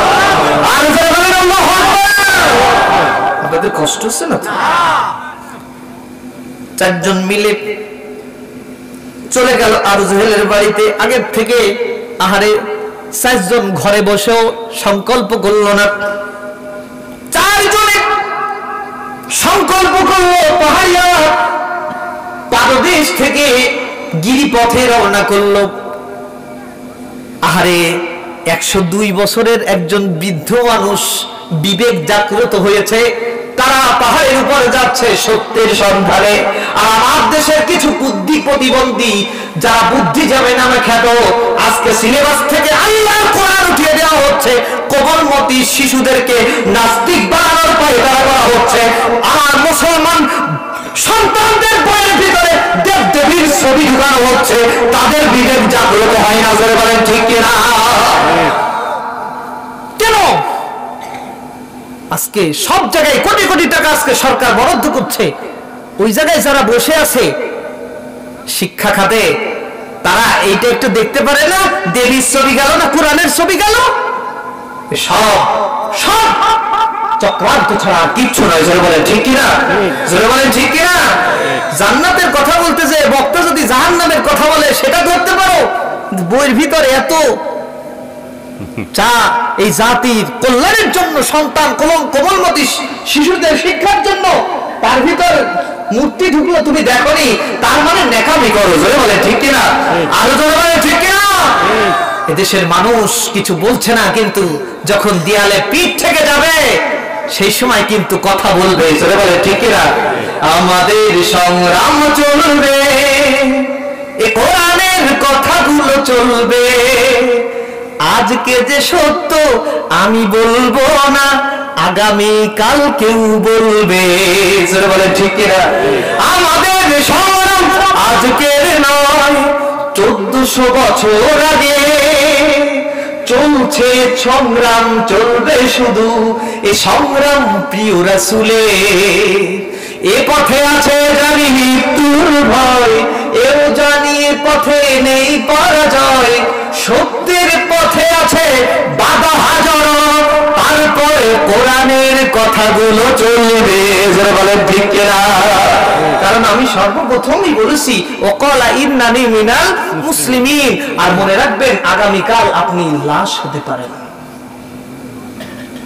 আপনার মনের ভিতর কি করছে আমি দেখতে পাচ্ছি না, কিন্তু মনের ভিতর যদি কুটকুট করে, ইকরা কিতাবাক, আল্লাহ কিয়ামতের দিন বলবেন যে তাফসীর মাহফিল বসার পরেও হুজুরের বিরুদ্ধে, কোরআনের বিরুদ্ধে তোর মনের ভিতর কি করছিল, আল্লাহ তাআলা বলছেন কিরামান কাতিবিন ইয়ালামুনা মা তাফআলুন, কিরামান কাতিবিন সব লিখে নিচ্ছে। যারা বলেন সুবহানাল্লাহ, আর যারা বলেন সুবহানাল্লাহ, আল্লাহ ছাড় দিচ্ছেন কিন্তু ছেড়ে দিবেন না যিনি তিনি কে? আল্লাহ। তাহলে কি উপস্থিতি শুনুন, এই চারজন মিলে পাহাড়িয়া চূড়ায় ওঠে। একজন বলল শোনো, মুরব্বী যিনি তিনি বললেন শোনো, আমি মুরব্বী মানুষ, আমি হচ্ছে থামাবো, আর যারা যুবক আছো তোমরা শুধু চ্যাপ্পা বোঝেন তো, মানে গরম দিবে। মুরব্বী বলছে আমি শুধু থামাবো। এক একজন করে শুরু করে দিল। হিশাম ইবনে উমর শুধু থামায়। জুহাইর সর্বপ্রথম কথা বলল, আবু জাহেল রে, আমরা মক্কার স্থপতি হতে পারি, তুমি আমাদের প্রধানমন্ত্রী হতে পারো, কিন্তু অন্যায় কিন্তু সওয়া যায় না, অন্যায়েরও একটা সীমারেখা আছে। সুতরাং এই মক্কা নগরীতে মুহাম্মদ সাল্লাল্লাহু আলাইহি সাল্লাম এবং তার সাথীদের থেকে শ্রেষ্ঠ মানুষ আর কেউ নাই। জোরে বলেন সুবহানাল্লাহ। সুতরাং শোনো, তুমি এই যে সিদ্ধান্ত নিচ্ছ, এই সিদ্ধান্ত একদিন এই মক্কাবাসী যদি টের পায়, অবশ্যই মাজলুমের পক্ষে মক্কাবাসী রুখে দাঁড়াবে। সুতরাং এখনো সময় আছে, মুহাম্মদ সাল্লাল্লাহু আলাইহি সাল্লাম এবং তার সাথীদেরকে ছেড়ে দাও। আরেকজন বলল, শোনো, তোমার নাকটা আমি ফাটায় দেব। বুঝতেছেন তো? আস্তে আস্তে গিয়ার বাড়াচ্ছে, নাক তোমার ফাটায় দেব। কার ক্ষমতায় তুমি এত পাওয়ার দেখাও? আমরা এই 4 জন, 3 জন উপদেষ্টা, 4 জনের একজনে মন্ত্রী, আমরা যদি তোমার বিরুদ্ধে এই মুহূর্তে এই মক্কা নগরীতে যত দুর্নীতি করেছো, যত মানুষের অর্থ লুটে করেছো, আমরা যদি একবার জাতির কাছে জানাই দেই, জুতা কিন্তু তোমার কপালে ছাড়া আর কোথাও পড়বে না। কারণ কর্মীরা চেনে আমার নেতা কয় টাকা আত্মসাৎ করেছে। জোরে বলেন ঠিক কিনা? কারণ কর্মীরা পায় সিমসাম, নেতা পায় সব। কর্মীদের রাগ আছে না নাই? কিন্তু যদি কথা বলি তাইলে তো কিছুই পাবো না। কিন্তু যে সময় দেয়ালে পিঠ ঠেকে যায়, সেই সময় দুদকের মামলায় সব দেখা যায় খাটের তলে তেল আছে না নাই। জোরে বলেন ঠিক কিনা? খাটের তলে তেল পাওয়া গেছে না করোনার সময়? একই সব জান্নাত থেকে পালাই এসে রেখেছে না মানুষে রেখেছিল? আরে কত বড় ডাকাত! আমি কেন বলছি শুনুন, আজকে যদি আল্লাহর কোরআন ওয়াসারিকু ওয়াসারিকাতু ফাকতাউ আইদিয়াহুমা, এই আয়াতটার উপর, এই আয়াতটা যদি সংশোধন থাকতো, আল্লাহর কসম দিয়ে বলছি পৃথিবীর বুকে আওয়াজে সবথেকে সম্পৃক্ত সঙ্গে করে ঠিক কিনা? আমার দেশে কিচ্ছু করা লাগে না। আমার দেশে যদি মানুষ খেটে পিটে খায় আর যে ইনকাম তাতে বাইরের টাকা লাগে না, আমার দেশ সুন্দরভাবে চলতো। কিন্তু এই চোরেদের জ্বালায় আমরা সব অস্থির হয়ে যাচ্ছে। ঠিক কিনা? ব্যবস্থিত আল্লাহর কোরআন দিয়ে যদি একটা বিচার হতো, সকালবেলা 21 টিভি, এরপরে বড় বড় চ্যানেলগুলো যারা আছে এরা সব ত্যাগ করবে জাতীয় সংসদের সামনে। জনগণের টাকা একটা কলমের খোসা। আমি চেয়ারম্যানের দোষ কখনো দেই না। রাস্তার যে অবস্থা, হারে কষ্ট পেলাম না। কি করবো? চেয়ারম্যানের দোষ দিয়ে কোনো লাভ নাই, এমপির দোষ দিয়ে কোনো লাভ নাই। বরাদ্দ হয় কোটি কোটি টাকা, কিন্তু কি করবেন? উপরের নিয়ম, একটা টেবিল থেকে বরাদ্দ হয়ে চেয়ারম্যানের হাতে আসে না, 10টা টেবিল ঘুরে এইভাবে কমতে থাকে, এইভাবে কমতে থাকে। খুচা একটা দেব 5 কোটি দিতে হবে, খুচা একটা দেব আর 5 কোটি। আমি কি মিথ্যা বলতেছি মনে হয়? আপনারা জমির খাজনা দেন ভাই, দেন না? আপনি জমির খাজনায় সরকারের খাতায় কয় টাকা ওঠে আর নেয় কয় টাকা? আপনার একটু বলেন। এ সবাই জানে, চেয়ারম্যান সাহেবেরও ওই দেওয়া লাগে, কারণ এটা সিস্টেম হয়ে গেছে। কিন্তু আল্লাহ কসম দিয়ে বলছি, আল্লাহর কোরআনের বিচার দিয়ে যদি ওয়াসারিকু ওয়াসারিকাতু ফাকতাউ আইদিয়াহুমা জাতীয় সংসদের সামনে নিয়ে ওই চোরকে যদি হাতটা কেটে দেওয়া যেত, সকালবেলা যারাই চুরি করত সব অর্থগুলো সরকারের খাতায় জমা হয়ে যেত। জোরে বলে ঠিক কিনা? আর জোরে বলে ঠিক কিনা? চেয়ারম্যান সাহেব কাটতে কাটতে ছাড়তে ছাড়তে রাস্তা তো আসে না, আসে রসুনের খোসা। ওই যে আমি একটা বক্তৃতায় বলে থাকি যে আমাদের দেশে, আপনাদের তো খালবিল আছে না? আইতে হাল যাইতে হাল মগে বাড়ি বরিহাল, আপনারা তো সেই জায়গার মানুষ ঠিক কিনা? এই খালের পাশে মহিলারা কাজ করে না? 10 জন মহিলা কাজ করে, এর একজন সর্দার থাকে। সে দেখা গেল ওদের থেকে 20 টাকা বেশি পায়, কারণ তো নেতাগিরি করে। এই জন্য করে কি করে না? আমার কথা বুঝতে কষ্ট হচ্ছে না তো? ওই যে মহিলা মনে করেন সারা এই যে কিছুদিন পরে চৈত্র মাস, চৈত্র মাসের সময় কতটা গরম আপনারাই বলুন। কাজ করছে মাটির কাজ, মাটির কাজ চৈত্র মাস, আশেপাশে কোনো নেই কোনো গাছ। এরকম একটি সিচুয়েশনে দেখে হঠাৎ করে সকলের কণ্ঠ শুকাই গেল। একটা আইসক্রিম আমাদের দেশে আগে চলতো না এরকম, টুং টুং টুং টুং ডাক দিয়েছেন, সর্দারে নিজে এদিকে আসেন, আমাদের 10টা আইসক্রিম দেন। ওই লোকটা বলল,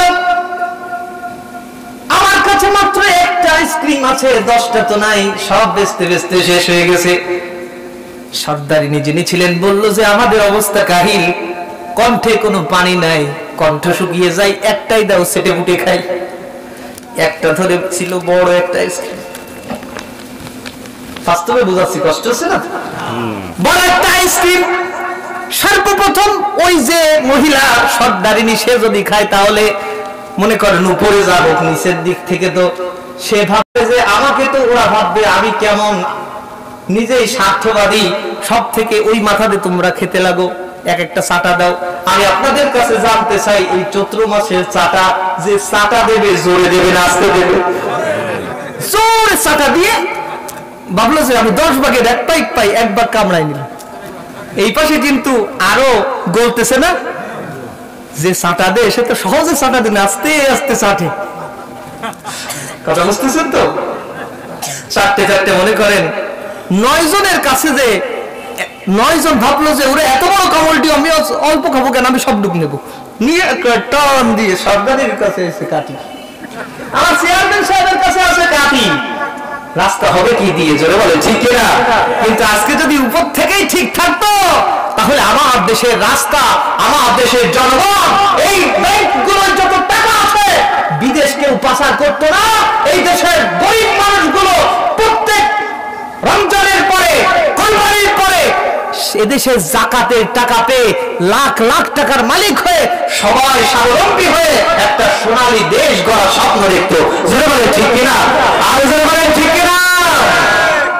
যে কথা বলতেছিলাম, 4 জন গেল আবু জেহেলকে বলল, আবু জেহেল রে, তুমি যা করছো অন্যায়, মাথা তোর ফাটাই দেব, অন্যায় এত সহ্য করা যায় না। আমি তোর দল করতে পারি, কিন্তু এই দলে এত অপকর্ম হলে তোর মতন শয়তানের দল আমরা করব না। জোরে বলেন ঠিক কিনা? কারণ যে কোনো জিনিসের একটা মাত্রা আছে, ঠিক কিনা? মাত্রা অতিরিক্ত কিছু ভালো। যে কথা বলতেছিলাম, 3 জনে আবু জেহেলকে ইচ্ছা মতন বললো। আবু জেহেল নড়ে না, বলে যে না না, মুহাম্মদ সাল্লাল্লাহু আলাইহি সাল্লামকে বের করা যাবে না, কারণ মুহাম্মদ সাল্লাল্লাহু আলাইহি সাল্লামের এতই জনপ্রিয়তা, বের হলেই তো প্রধানমন্ত্রীর চেয়ারে বসে যাবে। সুতরাং কি করা যায়, আমি তোমাদের কথা মানতে পারবো না। এরপরে আবু জেহেলের ওই যে ভগ্নিপতি বলছে, শোনো, আমি তোমার অর্থমন্ত্রী, তোমার যত গরম সব আমার হাতে। শুনে রাখো আবু জেহেল, এই মক্কা নগরীর যত টাকা আছে সব আমার হাতে। এখন তুমি বন্দী, আমি যদি এটাকে মুহাম্মাদের হাতে তুলে দেই, আর শোনো, তোমার বোন আমার ঘরে, এই মুহূর্তে তোমার বোনকে তালাক দিয়ে দেব।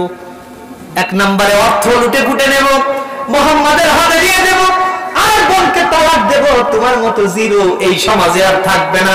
সুতরাং আর কোনো কথা বলবে না, চিন্তাও করবে না। এই মুহূর্তে চাবি আমার হাতে দিবি, বিশ্বনবীর তালা খুলে দেব, আমরা মুহাম্মাদকে মুক্ত করব। জয় বলেন মারহাবা।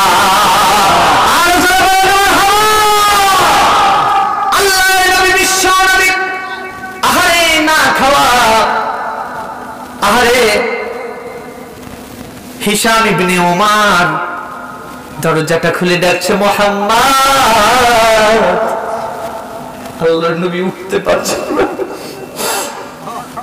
না, খাওয়া বিশ্ব নবী আস্তে আস্তে হামাগুড়ি দিয়ে উঠতে যান, আবার বসে পড়ে। সাহাবায়ে কেরাম না খেতে খেতে লাল রক্ত বর্ণ হয়ে গেছে তার পেশাবগুলো। আহারে কষ্ট, আহারে ইসলাম। এই ইসলামের পরে আল্লাহর নবী মুক্ত হলেন, তারপর কাফির মুশরিকেরা বিশ্ব নবী রাসূল করিম সাল্লাল্লাহু আলাইহি সাল্লামের পিছনে লেগে থাকলো। ওয়া ইয ইয়ামকুরু বিকাল্লাযীনা কাফারু লিয়ুসবিতু,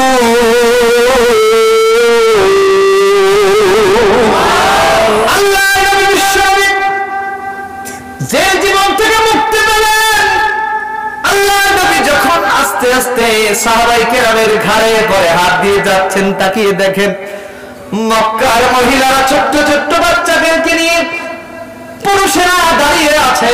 একটু খুরমা দেবে বিশ্বনবী গেলেন, বিশ্বনবীর জন্য দাঁড়িয়ে আছে। সন্তানের গায়ে যদি হাত বুলিয়ে দেয়, ওই সন্তানকে আল্লাহ তাআলা বরকত দান করেন। জোরে বলেন সুবহানাল্লাহ।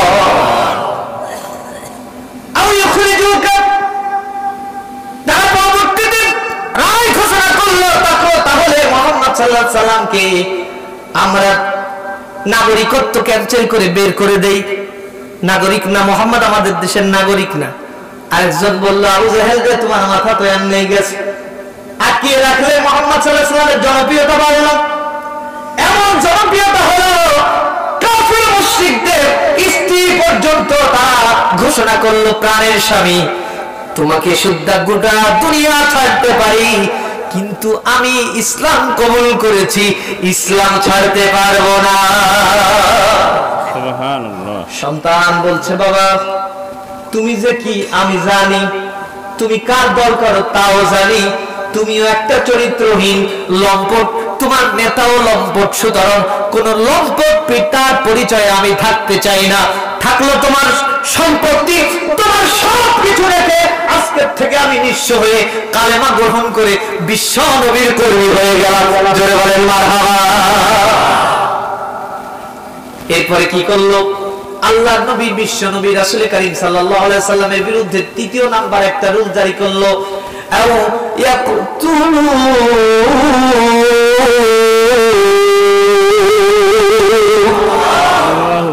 কিচ্ছু হবে না, মুহাম্মদ ডেসেন্ডেন্ট মুহাম্মদ সাল্লাল্লাহু আলাইহি সাল্লামকে আমরা এখন হত্যা করব, হত্যা ছাড়া আর কিছু মুহাম্মদ সাল্লাল্লাহু আলাইহি সাল্লামের জন্য অবশিষ্ট নাই। দারুণ না তো অবৈধ ট্রাইব্যুনাল গঠন করে আল্লাহ নবী বিশ্ব নবীর বিরুদ্ধে রুল জারি করলো, আও ইয়াকতুলুকা, হত্যা করতে হবে মুহাম্মদ সাল্লাল্লাহু আলাইহি সাল্লামকে। আল্লাহ তাআলা বলছেন, ও নবী তারা তোমাকে বন্দী করলো, তারা তোমাকে নাগরিকত্ব ক্যান্সেল করতে চাইলো, শেষমেশ তোমাকে দুনিয়া থেকে বিদায় করতে চাইলো। শোনো, ওয়ায়ামকুরুনা ওয়ায়ামকুরুল্লাহ ওয়াল্লাহু খায়রুল মাকিরিন।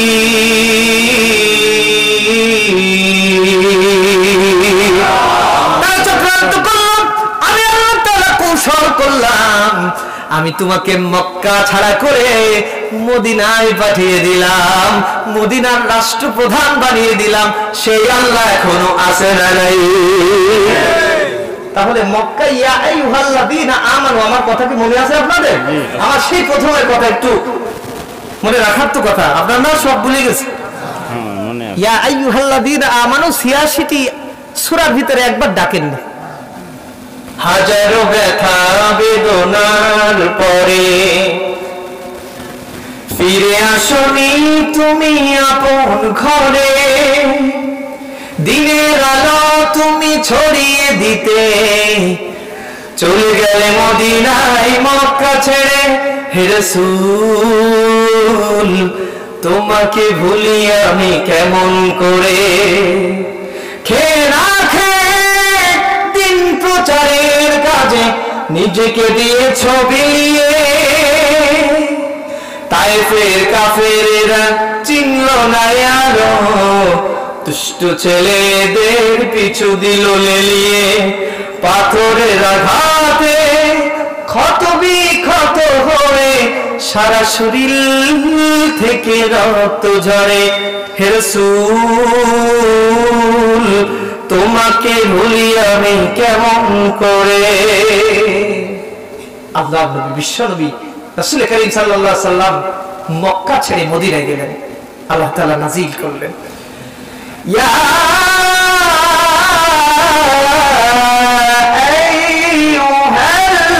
আইয়ুহাল্লাযীনা আমানু তাকুল্লাহ।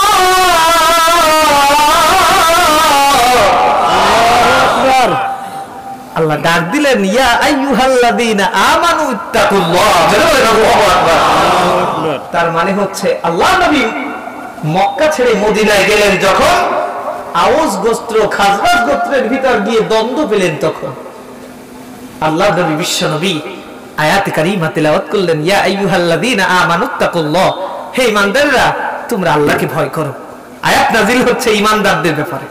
জি, হাক্কা তুকাতিহ, তোমরা যে ভয় করো, এটা ভয় কেমন করো তা জানি। তাফসীর মাহফিলে এসে আল্লাহকে ভয় করো, তাফসীর মাহফিলের বিরোধী বাইরে গেলে তোমরা আল্লাহর বিরোধী দলও করো। আছে না নাই? কথা বলতে হবে, আছে না নাই? এই কথাটা অনেকের জন্য সাংঘর্ষিক, তারপরে ঈমানের খাতিরে বলছি শুনুন। আমি প্রথমে আপনাকে কিন্তু মেরে দিছি, আমিও মরে গেছি মনে করেন, 10টার সময় জানাজা হবে, জানাজার পরে আমাদের কবরে রাখা হবে বিসমিল্লাহি ওয়া আলা মিল্লাতি রাসূলিল্লাহ, আমাদেরকে বিশ্বনবী রাসূল করিম সাল্লাল্লাহু আলাইহি সাল্লামের কর্মী হিসেবে ঢুকায় দেওয়া হবে। তাহলে আপনার আমার এই যে লাশ, আপনার আবার জীবনের সাথে ওই কথার সাথে কি মিল থাকবে? থাকবে না, থাকবে না।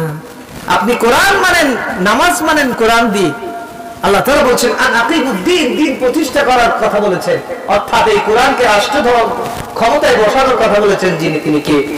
আপনি ওই কথা বললে তারে ভাবেন এই হুজুর হচ্ছে লাইন খারাপ হুজুর, এই হুজুর আগামীতে জানো যে দাওয়াত দেবে তার কিন্তু খবর আছে, এরকম বলেন কি বলেন না?